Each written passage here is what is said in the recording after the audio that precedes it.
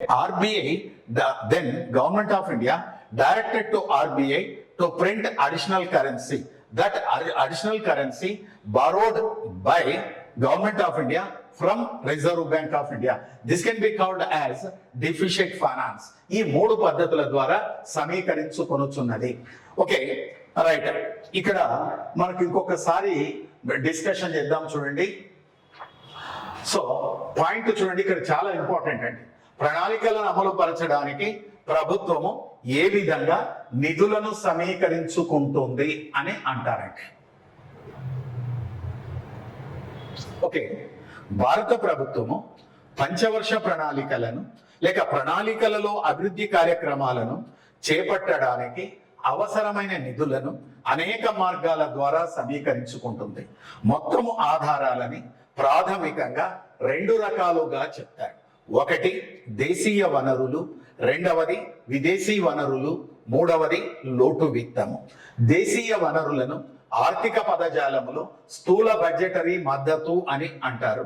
స్థూల బడ్జెటరీ మద్దతు అనగా భారత ప్రభుత్వము, కేంద్ర ప్రభుత్వం, రాష్ట్ర ప్రభుత్వాల బడ్జెట్లలో రెవెన్యూ ఖాతాలో ఏమైనా మిగులు ఉంటే ఆ నిధులను అభివృద్ధి కార్యక్రమాలకు లేక ప్రణాళికలను అమలు పరచడానికి ఉపయోగిస్తారు.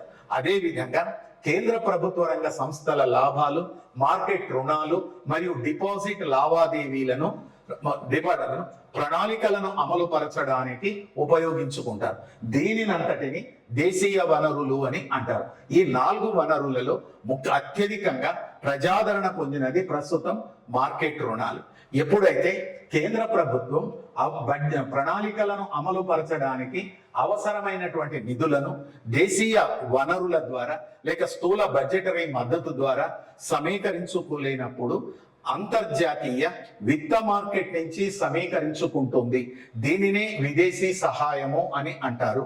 అంతర్జాతీయ విత్త మార్కెట్ నుంచి సమీకరించుకునంటే అంతర్జాతీయ విత్త సంస్థలైన ప్రపంచ బ్యాంక్, ఆసియా అభివృద్ధి bank, Japan international cooperative agency, then మొదలైనటువంటి బ్యాంకుల నుంచి, ఇతర దేశాల ప్రభుత్వాల నుంచి, విదేశీ బ్యాంకుల నుంచి రుణముగా సమీకరించుకుంటుంది.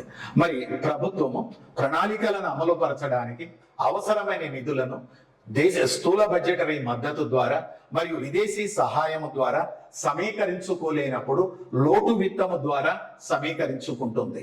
లోటు విత్తము అనే భావనను మొట్టమొదటగా జేఎం కీన్స్ అనే ఆర్థికవేత్త ప్రతిపాదించినాడు.